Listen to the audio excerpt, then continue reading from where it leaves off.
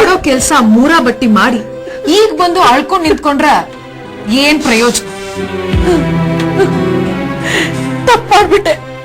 ಮಗಳು ನಮ್ಮ ಮಮಕಾರಕ್ಕೆ ಬಿದ್ದು ಮನುಷ್ಯತ್ವನೇ ಮರ್ತ್ಬಿಟ್ಟೆ. ನೀನ್ ಬರ್ದೇ ಇದ್ದಿದ್ರೆ ಎಷ್ಟೋ ಚೆನ್ನಾಗಿರ್ತಾ ಇತ್ತು ದೇವಿಕಾ. ನೀನೀಗ ಪಶ್ಚಾತ್ತಾಪ ಪಟ್ಟಿರಬಹುದು, ಆದ್ರೆ ನಾವೆಲ್ಲರೂ ಇಷ್ಟು ದಿನ ಅನುಭವಿಸಿದ ನರಕ ಯಾತನೆ ದೇವ್ರಿಗೆ ಗೊತ್ತು. ನೋಡಿ, ನೀವಾಗ್ಲಿ ಅವಳಾಗ್ಲಿ ಕ್ಷಮೆ ಯಾಚೋದಕ್ಕೆ ಯೋಗ್ಯತೆ ಇಲ್ದೇ ಇರೋ. ಅವಳ ತಾಯಿ ಬದುಕಿದ್ದಾಗ ಅವಳು ಮಾಡಿದ ಪಾಪ ಕೆಲಸಕ್ಕೆಲ್ಲ ಬೆನ್ನೆಲುಬಾಗಿ ನಿಂತಿದ್ಲು.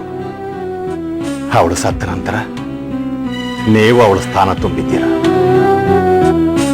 ಅಮ್ಮನಾದವಳು ಅವಳ ಪಾಪನ ಬಿಂದಿಗೆನಲ್ಲಿ ತುಂಬಿಟ್ಲು. ಅವಳು ಚಿಕ್ಕಮ್ಮನಾಗೆ ಬಂದ ನೀವು ಅದು ಸಾಲದು ಅಂತ ಹಂಡೆನಲ್ಲಿ ತುಂಬಿಟ್ಬಿಟ್ರಿ. ಬಿಡಿ ವಿಶ್ವನಾಥ್ ಅವರೇ, ಇವ್ರಿಗೆಲ್ಲ ಹೇಳಿ ಏನು ಪ್ರಯೋಜನ ಇಲ್ಲ. ಈ ಕಣ್ಣೀರ್ ಹಾಕೋದು, ನನ್ನನ್ನ ಮನೆಯಿಂದ ಆಚೆ ಹಾಕಿದ್ದು ಎಲ್ಲ ನಾಟಕ. ಹೌದ್ರಿ ದೊಡ್ಡಪ್ಪರ, ಅಕಿನ ಈಕಿ ಹೇಳ್ ಕಳ್ಸಿರ್ತಾಳ ಕಣ್ಣೀರ್ ಹಾಕಿ ಮನಿಗ್ ಸೇರ್ಕೊ ಅಂತ.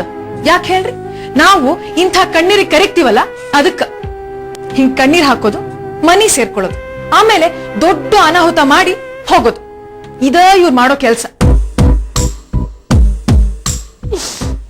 ಇಲ್ಲ ಗೌರಿ, ನಾನು ಯಾವ ನಾಟಕ ಆಡಕ್ಕೂ ಬಂದಿಲ್ಲ, ಈ ಮನೆ ಸೇರ್ಕೊಳಕ್ಕೂ ಬಂದಿಲ್ಲ. ಕಾದಂಬರಿ ನೋಡಿ ಕ್ಷಮೆ ಕೇಳ್ಕೊಂಡು ಹೋಗೋಣ ಅಂತ ಬಂದಿದ್ದೀನಿ.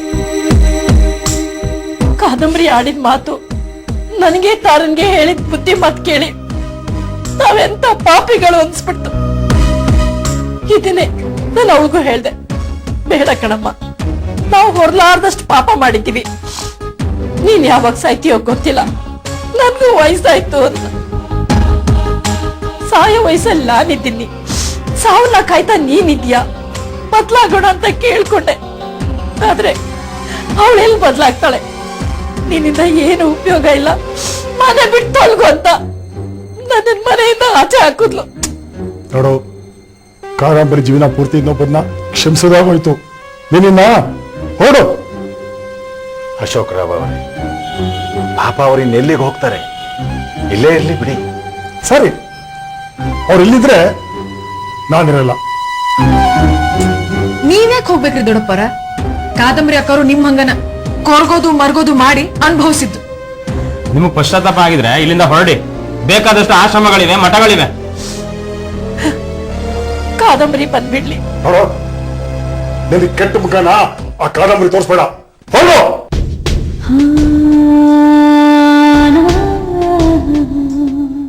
ನಿನಗೆ ಹೇಳ್ತಾ ಇರೋದು, ಹೊರಡು ಅಂದ್ರೆ. ಅಶೋಕ್ ರಾವ್, ಸಮಾಧಾನ ಮಾಡ್ಕೊಳ್ಳಿ. ಹೋಗ್ತೀನಿ ಬಾವ, ಕಾದಂಬರಿನ ನನ್ ಕ್ಷಮಿಸ್ಬಿಡಿ ಅಂತ ಹೇಳ್ಬಿಡಿ. ತಾರನ್ ಬಗ್ಗೆ ಯಾವುದಕ್ಕೂ ಎಚ್ಚರವಾಗಿರಿ. ಅವಳು ಸಾವನ್ನ ಕಂಕ್ಲಲ್ಲೇ ಕಟ್ಕೊಂಡಿರೋಳು, ಏನ್ ಮಾಡಕ್ಕೂ ಏಸಲ್ಲ. ನಿಮ್ಮನ್ ಬೇಡ್ಕೊಳ್ಳೋದಿಷ್ಟೇ ಬಾವ. ಅವಳು ಸತ್ಮೇಲೆ ಅವಳು ಮಕ್ಕಳನ್ನ ಅನಾಥರಾಗಿ ಮಾಡ್ಬೇಡಿ. ನಾನು ಬರ್ತೀನಿ.